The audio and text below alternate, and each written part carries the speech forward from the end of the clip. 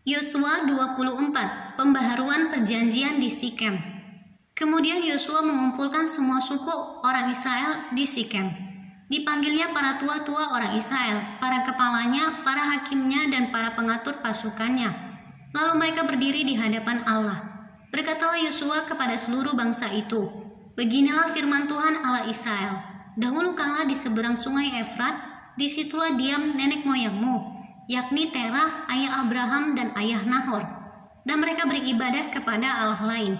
Tetapi aku mengambil Abraham, bapamu itu, dari seberang sungai Efrat dan menyuruh dia menjelajahi seluruh tanah Kanaan. Aku membuat banyak keturunannya dan memberikan Ishak kepadanya. Kepada Ishak kuberikan Yakub dan Esau. Kepada Esau kuberikan pegunungan Seir menjadi miliknya. Sedang Yakub serta anak-anaknya pergi ke Mesir. Lalu aku mengutus Musa serta Harun dan menulahi Mesir, seperti yang kulakukan di tengah-tengah mereka. Kemudian aku membawa kamu keluar, setelah aku membawa nenek moyangmu keluar dari Mesir, dan kamu sampai ke laut. Lalu orang Mesir mengejar nenek moyangmu dengan kereta, dan orang berkuda ke laut Teberau. Sebab itu berteriak-teriaklah mereka kepada Tuhan. Maka diadakannya gelap antara kamu dan orang Mesir itu, dan didatangkannya air laut atas mereka, sehingga mereka diliputi, dan matamu sendiri telah melihat apa yang kulakukan terhadap Mesir. Sesudah itu lama kamu diam di padang gurun. Aku membawa kamu ke negeri orang Amori yang diam di seberang sungai Yordan. Dan ketika mereka berperang melawan kamu, mereka kuserahkan ke dalam tanganmu, sehingga kamu menduduki negerinya, sedang mereka kupunahkan dari depan kamu. Ketika itu Balak bin Zippor, raja Moab, bangkit berperang melawan orang Israel. Disuruhnya memanggil Bileam bin Beor untuk mengutuki kamu. Tetapi aku tidak mau mendengarkan Bileam, sehingga ia pun memberkati kamu. Demikianlah aku melepaskan kamu dari tangannya. Setelah kamu menyeberangi sungai Yordan dan sampai ke Yeriko, berperanglah melawan kamu warga-warga kota Yeriko, orang Amori, orang Feris, orang Kanaan, orang Het, orang Girgasi, orang Hewi, dan orang Yebus. Tetapi mereka itu kuserahkan ke dalam tanganmu. Kemudian aku melepaskan tabuhan mendahului kamu, dan binatang-binatang ini menghalau mereka dari depanmu, seperti kedua raja orang Amori itu. Sesungguhnya bukan oleh pedangmu dan bukan pula oleh panahmu. Demikianlah kuberikan kepadamu negeri yang kamu peroleh tanpa bersusah-susah dan kota-kota yang tidak kamu dirikan. Tetapi kamulah yang diam di dalamnya, juga kebun-kebun anggur dan kebun-kebun zaitun yang tidak kamu tanami. Kamulah yang makan hasilnya. Oleh sebab itu takutlah akan Tuhan dan beribadahlah kepadanya dengan tulus ikhlas dan setia.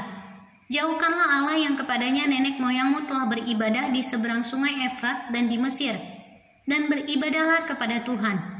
Tetapi jika kamu anggap tidak baik untuk beribadah kepada Tuhan, pilihlah pada hari ini kepada siapa kamu akan beribadah. Allah yang kepadanya nenek moyangmu beribadah di seberang sungai Efrat, atau Allah orang Amori yang negerinya kamu diami ini. Tetapi aku dan seisi rumahku, kami akan beribadah kepada Tuhan. Lalu bangsa itu menjawab, "Jauhlah daripada kami meninggalkan Tuhan untuk beribadah kepada Allah lain.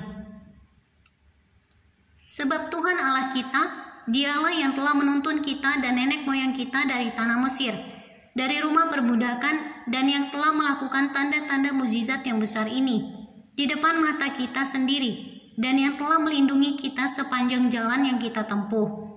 Dan di antara semua bangsa yang kita lalui, Tuhan menghalau semua bangsa dan orang Amori, penduduk negeri ini dari depan kita. Kami pun akan beribadah kepada Tuhan, sebab Dialah Allah kita."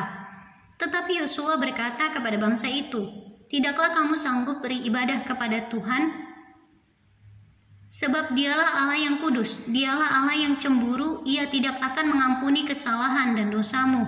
Apabila kamu meninggalkan Tuhan dan beribadah kepada Allah asing, maka Ia akan berbalik daripadamu dan melakukan yang tidak baik kepada kamu, serta membinasakan kamu, setelah Ia melakukan yang baik kepada kamu dahulu."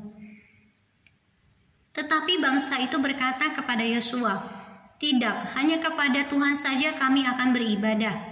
Kemudian berkatalah Yosua kepada bangsa itu, "Kamulah saksi terhadap kamu sendiri bahwa kamu telah memilih Tuhan untuk beribadah kepadanya." Jawab mereka, "Kamilah saksi." Ia berkata, "Maka sekarang jauhkanlah Allah asing yang ada di tengah-tengah kamu dan condongkanlah hatimu kepada Tuhan Allah Israel." Lalu jawab bangsa itu kepada Yosua, "Kepada Tuhan Allah kita kami akan beribadah, dan firman-Nya akan kami dengarkan." Pada hari itu juga Yosua mengikat perjanjian dengan bangsa itu dan membuat ketetapan dan peraturan bagi mereka di Sikem. Yosua menuliskan semuanya itu dalam kitab hukum Allah, lalu ia mengambil batu yang besar dan mendirikannya di sana, di bawah pohon besar di tempat kudus Tuhan.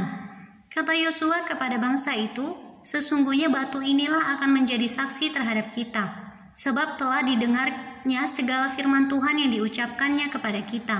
Sebab itu batu ini akan menjadi saksi terhadap kamu, supaya kamu jangan menyangkal Allahmu."